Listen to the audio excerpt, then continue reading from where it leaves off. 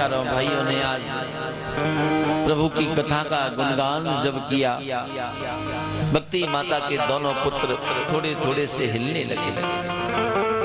भक्ति को भी लगा, नारद ने विचार किया, बोले चलो हिलने तो लगे, कुछ तो इस दवाई से आराम मिलेगा।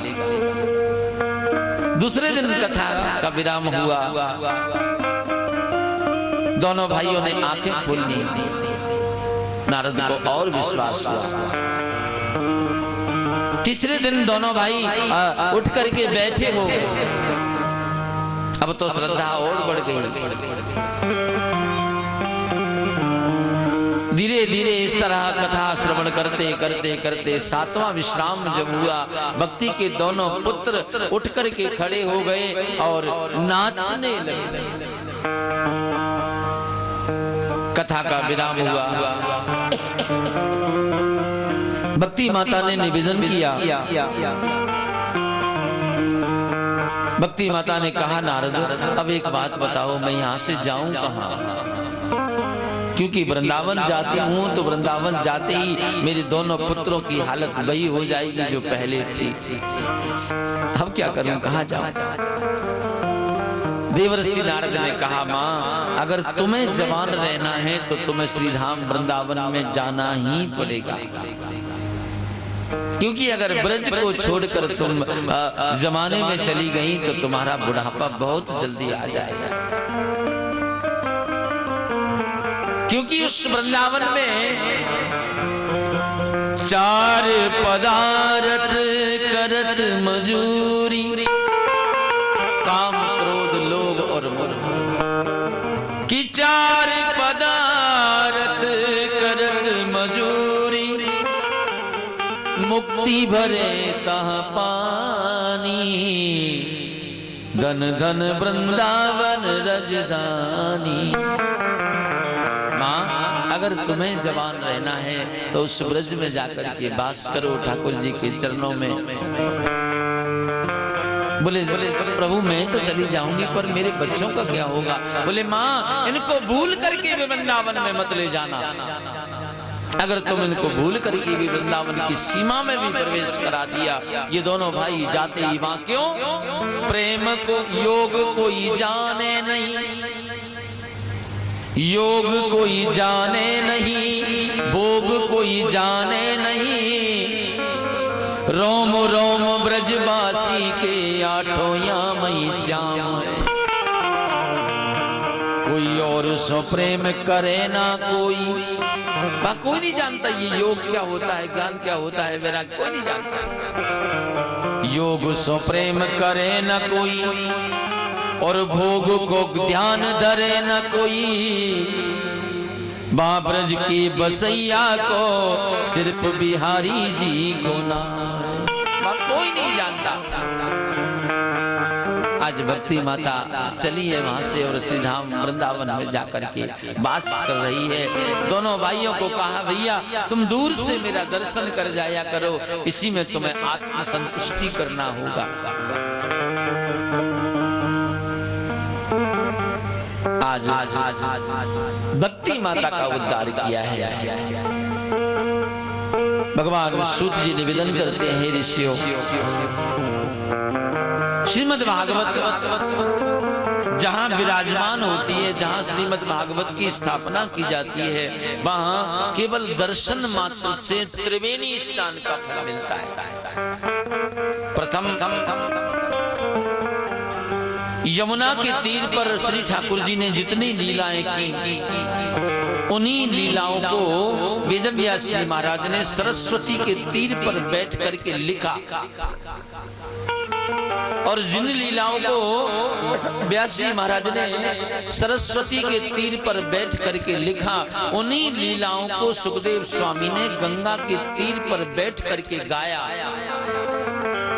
गंगा, यमुना और सरस्वती त्रिवेणी स्नान का फल केवल श्रीमद् भागवत के दर्शन से प्राप्त होता है। भगवान सूत जी निवेदन करते हैं, ऋषियों एक कथा मुझे याद आई। तुंगभद्रा तटे पूर्वम अभूत पत्तनमोत्तम। तुंगभद्रा नदी के तीर पर एक सुंदर सा नगर था। एक पंडित जी उसमें रहते थे। बड़ा विद्वान ब्राह्मण है, वेदवादी, विद्या पढ़ाना, दान लेना, दान देना, यज्ञ करना, यज्ञ कराना, ये 6 कर्म ब्राह्मण के हैं। ऐसा नहीं कि दान लेना ही लेना हो ना, दान देना भी यदि ब्राह्मण को नहीं आता तो वो लिए हुए दान का उपयोग नहीं कर सकता।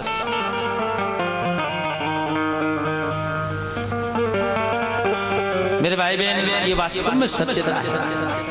विद्या पढ़ना, विद्या पढ़ाना, दान लेना, दान देना, यज्ञ करना और यज्ञ कराना, 6 कर्म ब्राह्मण के। और ये 6 कर्म यदि ब्राह्मण नहीं जानता, इन कर्मों को नहीं करता है कि सोचिए बेप्र, गोस्वामी जी लिख रहे हैं, जो वेद बीना तज निज धर्म विषय लीना। अगर वेद से विहीन है, वेद की भाषा को नहीं जानता है, वेद के कर्म को नहीं जानता है, जो कर्म ब्राह्मणों के लिए बना है, उस कर्म में यदि रुचि नहीं है तो वो ब्राह्मण कहलाने के योग्य नहीं है। आत्मदेव नाम है पंडित जी का। सब कुछ दिया है भगवान ने।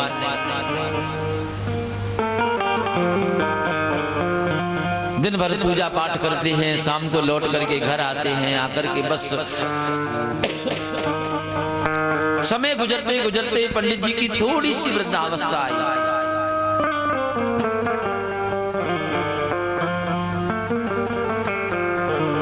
वृद्धावस्था आई तो एक दिन घर में बैठे हुए थे, पत्नी है घर में, नाम है धुंधुली। यदा नामस्य ततो गुणः, गुणा नामस्य यतो मतः। जैसा नाम वैसा गुण। पंडित जी आपस में पत्नी से चर्चा कर रहे थे, देवी भगवान ने अपन को सब कुछ दिया है, पर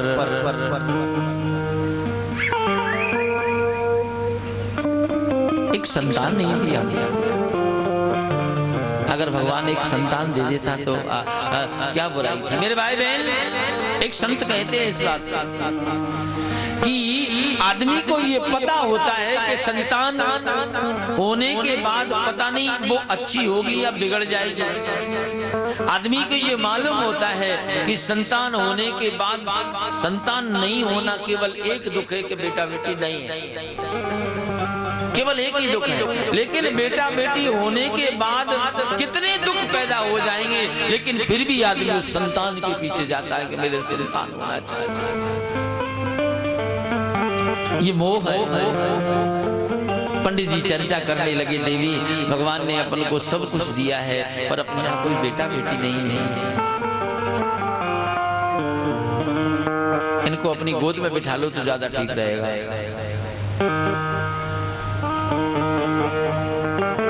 पंडित जी ने निवेदन किया, देवी कुछ तो होता घर में, और संतानहीनता हो तो ठीक है, लेकिन पंडित जी इतने बड़े संतानहीन थे कि घर में तुलसी का पौधा आए दिन पानी देते भी सूख जाता था। ये तुलसी के पौधे की बहुत बड़ी महत्वता है। अगर तुलसी का पौधा, क्योंकि तुलसी का वृक्ष कभी नहीं होता, तुलसी का वृक्ष नहीं होता, तुलसी कभी सूखती नहीं है। ध्यान देना, आप करके देखना अपने घर में। तुलसी की लकड़ी को यदि आप 20 वर्ष तक भी धूप में रखोगे, जब उसको काटोगे तो उसमें कहीं ना कहीं गीलापन आपको नजर आएगा, कभी नहीं सूखती। और उसकी एक सबसे बड़ी विशेषता कि तुलसी का पौधा यदि पानी देते हुए भी घर में रोज सूख जाता है, पत्ते यदि सूखना शुरू कर देते हैं, तो आप विश्वास करिए कि उस घर में कोई ना कोई नई विपत्ति आने वाली है। आप उसको रोकने का यदि उपाय नहीं करेंगे तो कोई ना कोई विपत्ति आपके पास जरूर आने वाली है। जो तुलसी को बिरवा पानी सींचत ही मुरझाए, सारी विपत दुनिया की, एक संत ने कहा है, गाड़ी भर के आए। ये तुलसी के पौधे की मानता है।